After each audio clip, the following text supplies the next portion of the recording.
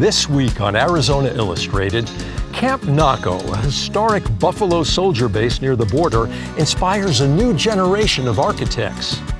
Seeing how traditionally it was made, there's a connection to the buildings that we see around us when you really get your hands in there and see the materials they were constructed with. International artist Hanoch Piven teaches collage and compassion in a Tucson workshop. Did I create healing? Probably not, but I created energy that allowed for expression. And how a local story hour got caught in the crosshairs of a political conflict. It's not ideal for us to constantly face protesters and harassment. I did try to do a drag story hour with my public library, but it was deemed as too controversial. Welcome at last.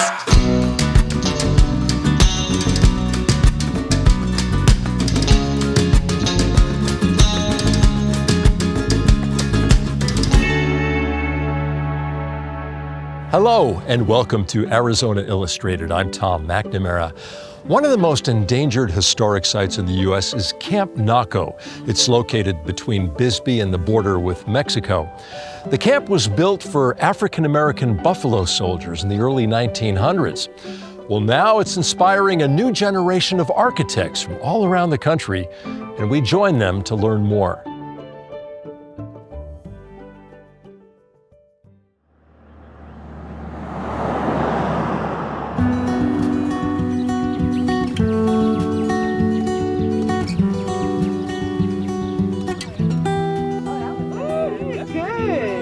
My name's Milan Jordan. I'm director of the Hope Crew program for the National Trust for Historic Preservation. Hope Crew is an acronym that stands for Hands-On Preservation Experience.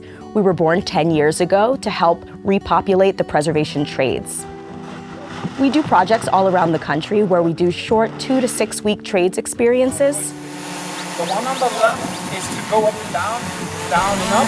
The program has evolved over the years to include more documentation training, so we've been engaging architecture students to help them get a better grip on the preservation trades and to sort of see where the crosshairs between architecture and preservation lie.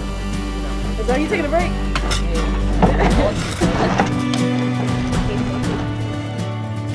I'm Kiana Wiltshire. I am currently a 4th year architecture student at Tucson University, originally from Columbia, South Carolina. When I first saw the camp, I didn't realize how much of it was still here, because when you think of dilapidated buildings, most of my version is wood, because I'm from the southeast, so that's what most of our buildings are made of. So when those are in disrepair, they're really, really falling down. But most of this is still here. You can still see what it would have looked like. So it's pretty cool to see okay, they have stuff to work with here. We could do something with this. People could still use this, and it was very obvious when you first see it. So you can pour the water in there. Let's see, I think we need a little bit more to make an adobe. I do adobe preservation, teaching adobe and lime plaster workshop. We teach our skills to other people, so that's why I like doing adobe work, because then we bring back the past and restore the building back to life. You have to smack it on the ground so that it, tap, tap, tap and pull. There you go. You get it on her. Because when they built these buildings, they built them with a lot of hard work, and they took time and effort, and for us to come back and restore it, it gives us a great sense of pride to do that, so we enjoy what we do. Camp Naco came onto our radar last year. It was one of the 11 most endangered places, which is a national advocacy campaign that the National Trust puts out annually. We thought that it was a really unique lens on race and place, and a really unique site. One common pitfall of historic sites, which enables them to become very endangered, is vacancy. And so the site has been vacant since the 90s, and it saw a very rapid decline since then. So it's really important to revitalize places and to get them used again, loved, maintained by the community. So that was how we came about the site, and we thought the students could help revitalize it to get it used by the community again. My name is Nader, and my last name is Zakir Soltani. I'm a master's student in architecture in Morgan State University. I'm from Iran originally, and I'm bachelor in architecture and master in restoration and rehabilitation of historic buildings and sites. I migrated to United States about 3 years ago, and after a while I decided to update my knowledge about the US architecture and get another master in architecture. In this fellowship, I learned a lot about the history of southern Arizona, about the Camp Naco, and I found out how was important Camp Naco for this area, and about the mining and everything in this area. Molly Baker. I am the Hope Career Manager for the National Trust for Historic Preservation. Our goal is to bring preservation trades and preservation opportunities to a younger and more diverse audience. There's so much to learn through the methods that these buildings were constructed. So they put like multiple reinforcements. By walking through them and seeing what their uses were, even the building elements. I'm a Mason's daughter, and I'm getting to try my hand at adobe for the first time, and seeing how traditionally it was made. There's a connection to the buildings that we see around us when you really get your hands in there and see the materials they were constructed with. And it ties us to our past in a way. We get to feel a connection to the original builders, to the people that walked this site and who lived their lives here. Originally, I'm from Queens, New York, but I currently reside in West Palm Beach, Florida, and I'm attending Florida A&M University in Tallahassee, Florida. I think the biggest thing about knowing what the camp was made for, the Buffalo Soldiers, how they resided here, and the connection to the US-Mexico border as well, has definitely had an eerie impact, I guess you can say, on me. Actually being on the site is different than just hearing about the site. So it's definitely been an experience, and we're definitely learning more history that I didn't even know, and now later on when I go back to school, I can start sharing that information, and also maybe someone in the field that I'm working in will know that information and I can also add on to it. We want to create a generation of ambassadors to be able to go out and tell the story of Camp Naco, but also tell the story of the values behind Camp Naco. It's not just about the bricks and mortar, it's about the values of preserving a heritage that has really been underrepresented, and this is our opportunity to do that with the next generation. I hope they take away from this a better understanding of preservation and existing buildings. There's a Billings Index that gets published each year, and for the first time a year or two ago, architects were billing more hours towards existing buildings than they were towards new construction. So it's important for architecture students, even if they don't go into preservation, even if they don't call themselves a preservationist, that they understand historic and existing buildings, because it's going to be a part of their career regardless. After I get my architecture degree, I do plan to get licensed and then get a master's after that. And so mostly what I want to do with my degree is kind of what people are doing here, just making spaces that mean something to people that are important for the people that are there and that'll last for them. That's my main goal as an architect, is to just build things for people and not necessarily just make stuff. Working with adobe, lime, cactus leaves, it's definitely different from me. I wouldn't say I'm an outdoor girl at all. It's been enjoyable and fun because of the people that you're also with. It's been different, but it's been fun.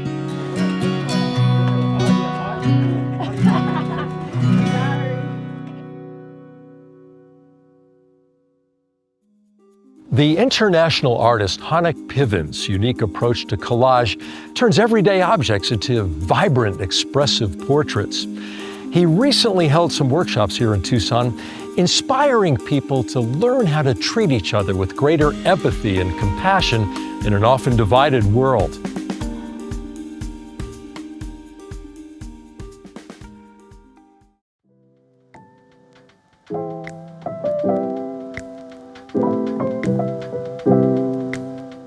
Many times I've heard people saying, since I did your workshop, I see faces all the time. And when I see faces, I'm reminded that I should try more to see things in a different way,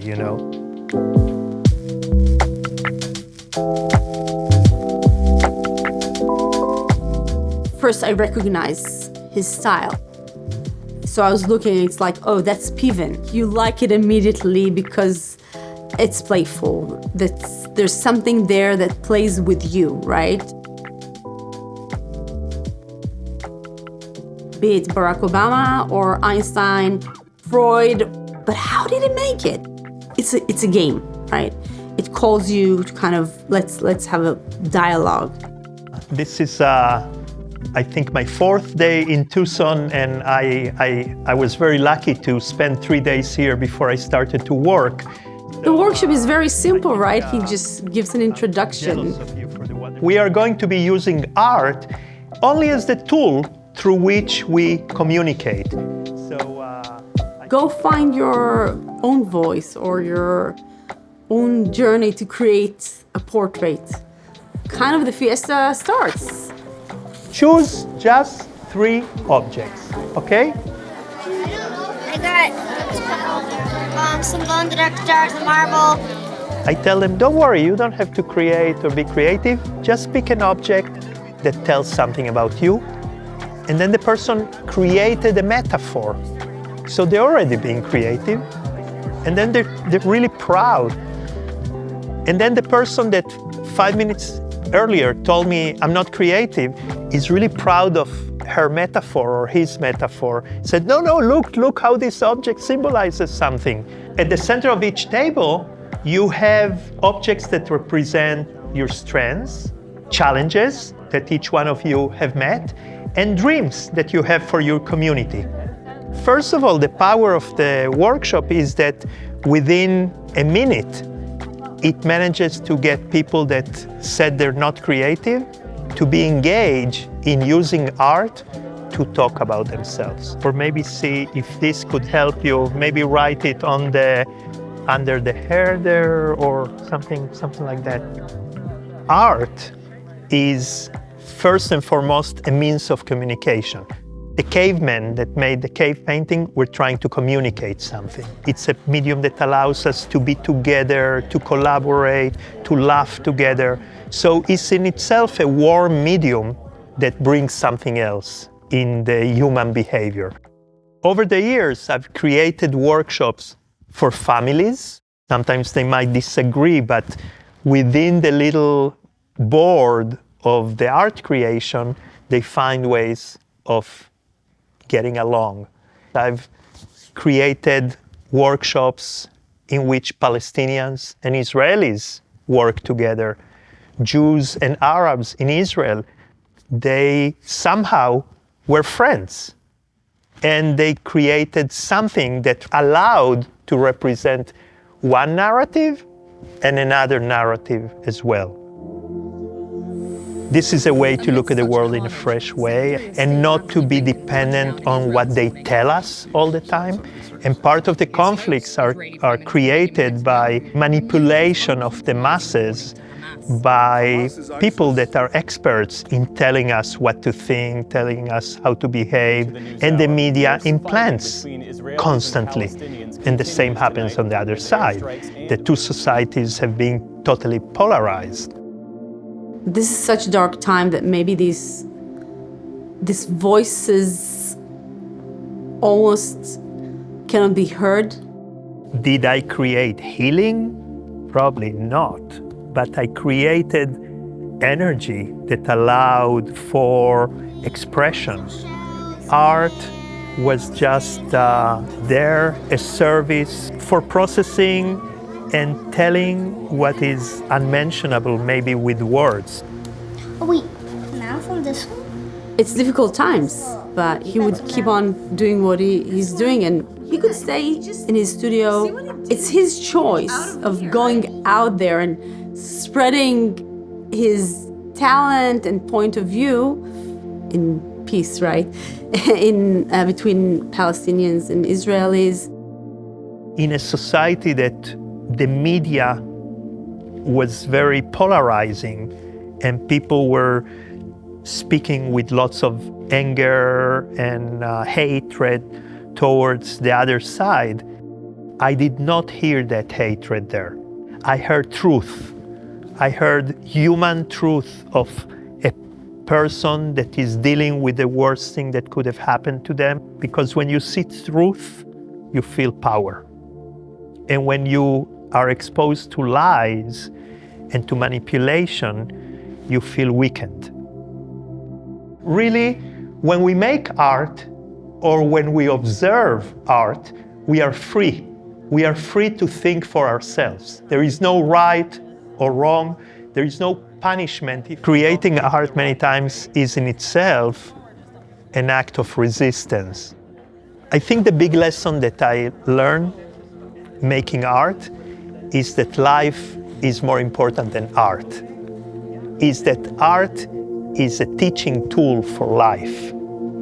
Because when you're creating art, you fail, you're confused, you are angry with yourself, you are angry with the world. But if you have faith and continue trying, you learn how to become a better person.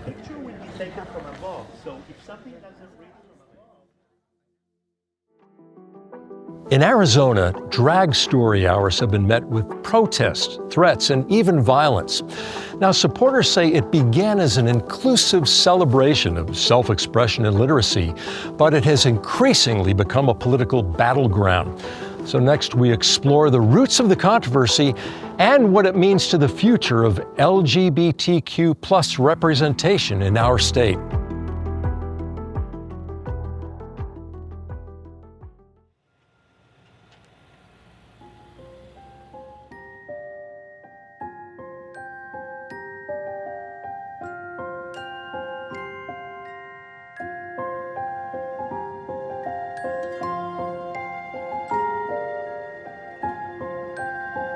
So just to give you an idea of kind of one of the stories that we like to read, I have Welcome by Sergio Giovini. Babette was a puppy who lived with her mommies. She had lots of toys to play with. She has a comfy place of her own to sleep. She was given many hugs, kisses, and treats. Whenever Babette went for a walk, people would stop to say what a cute dog she was. Oh, what a cute little girl. I would have been so happy to have this when I was a kid. One morning after breakfast, Babette went to her favorite pillow to take a nap. When she got there, she discovered a white puppy sleeping on her comfy pillow. I felt different from everyone else in like the 2nd, 3rd, 4th grade. I knew I wasn't like the other boys. Didn't know why. I didn't know why people were making fun of me, but I knew I was different. And so that's a big reason why I've done story hours, to show not just children, but adults, anyone who comes, that you can be anything. And it's okay to be anything and everything. We'll always prioritize spaces for children because it is Children's Story Hour. We understand that adults need those spaces too. They didn't have the support when they were younger to be themselves, and now they're healing from that. We love you both very much, said her moms. Look at that. Storytelling is essential to the human experience. From fairy tales to mythology, it's been used to pass down messages, ideas, and beliefs. But it's also been used as a tool to pass down misinformation for personal and political gain.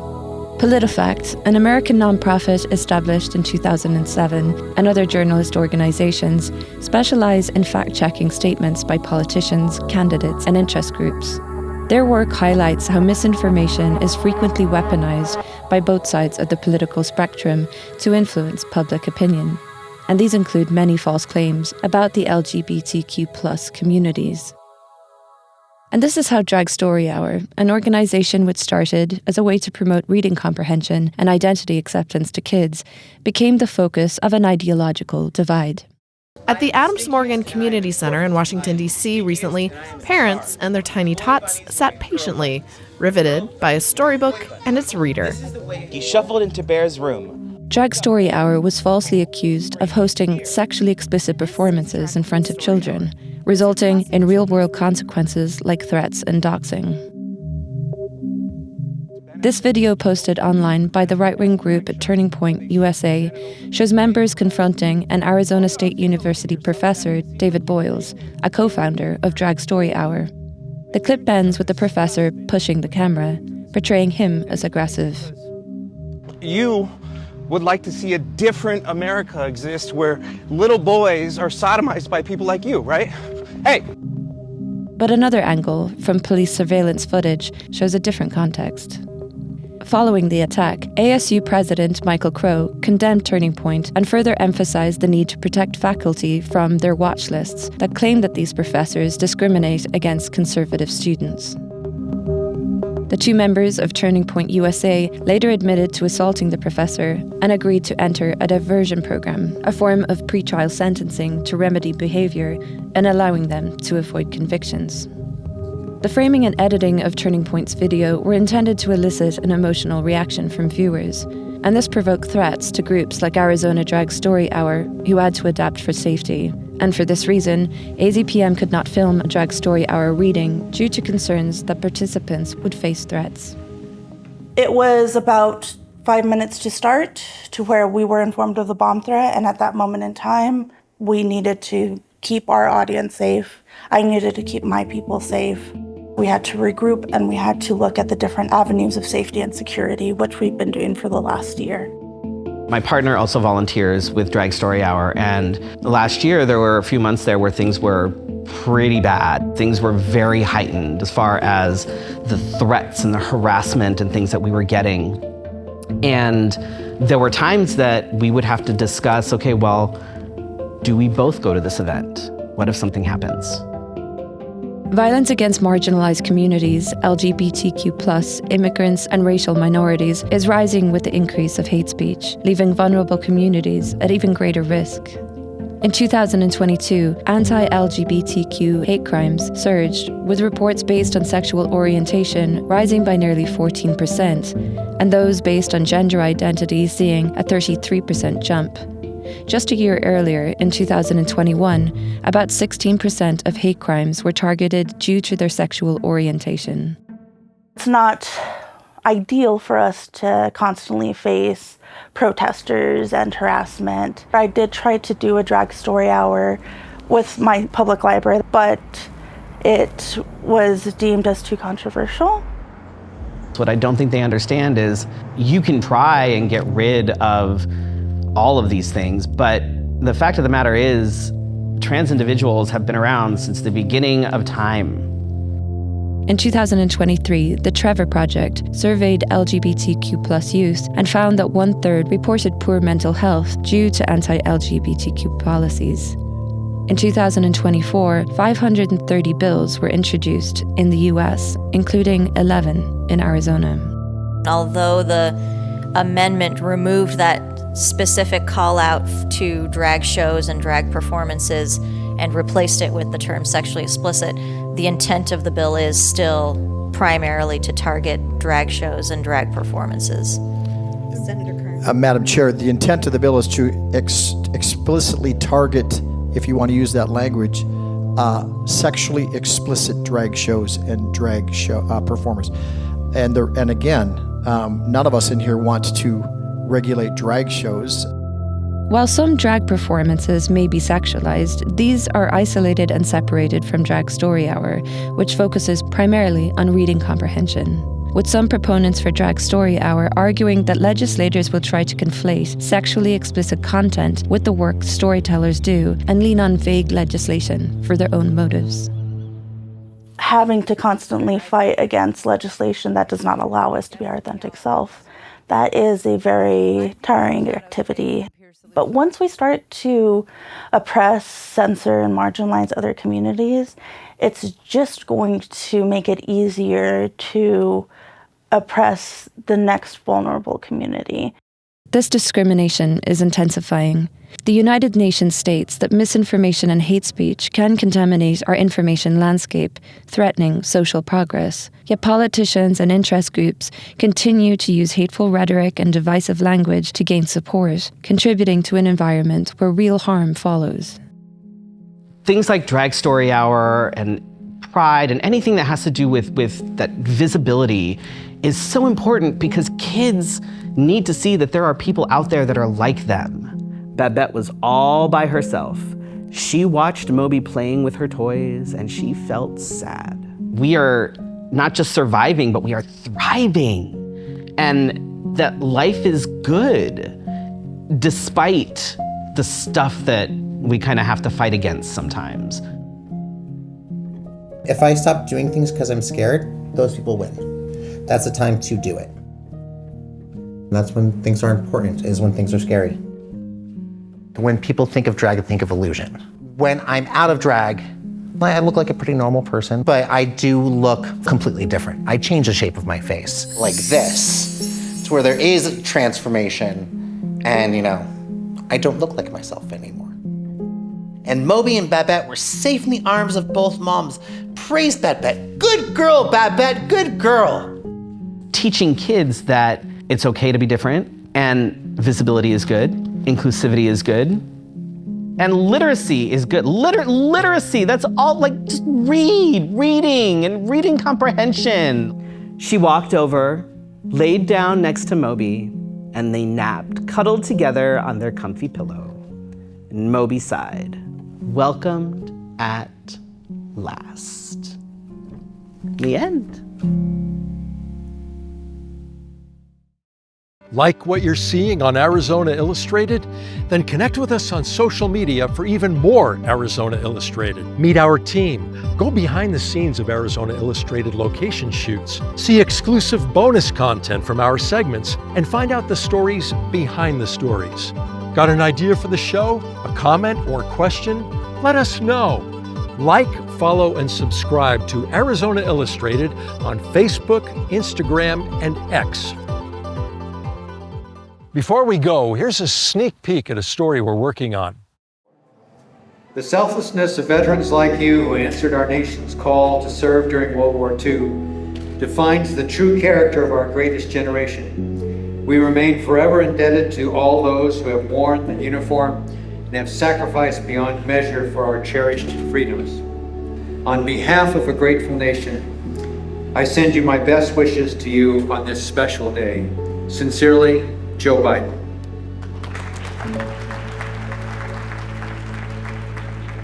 Without people like Bob, we would not have the country that we have.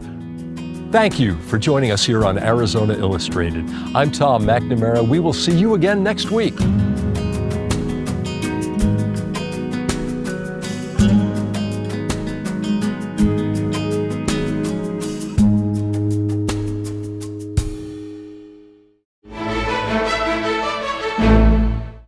Hi, I'm Tom McNamara, host of Arizona Illustrated.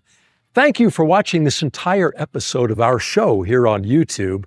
And if you liked it, well, here's another episode that we think you'll like.